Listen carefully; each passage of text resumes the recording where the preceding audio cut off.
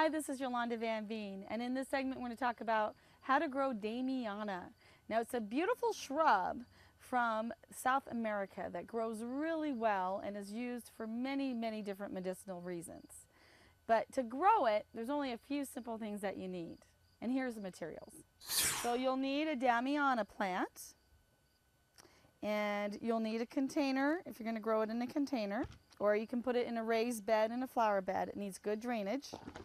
You need I like this gravel and soil mix because I found any plant that's from an arid, really warm region likes really good drainage and rocky conditions. So if you start with gravel and soil mixed together, it's got good drainage and it'll grow really well.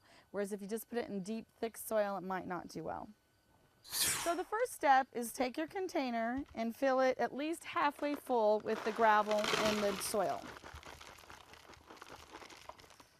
Step 2, take your start and put it into the pot and make sure that it's towards the middle of the pot with room around it. Step 3, add more soil on top. Try to keep it so that it's centered. So cover the whole plant and leave it so that the roots are covered but the main stem is exposed, because if you put the gravel and dirt up too far, it'll suffocate.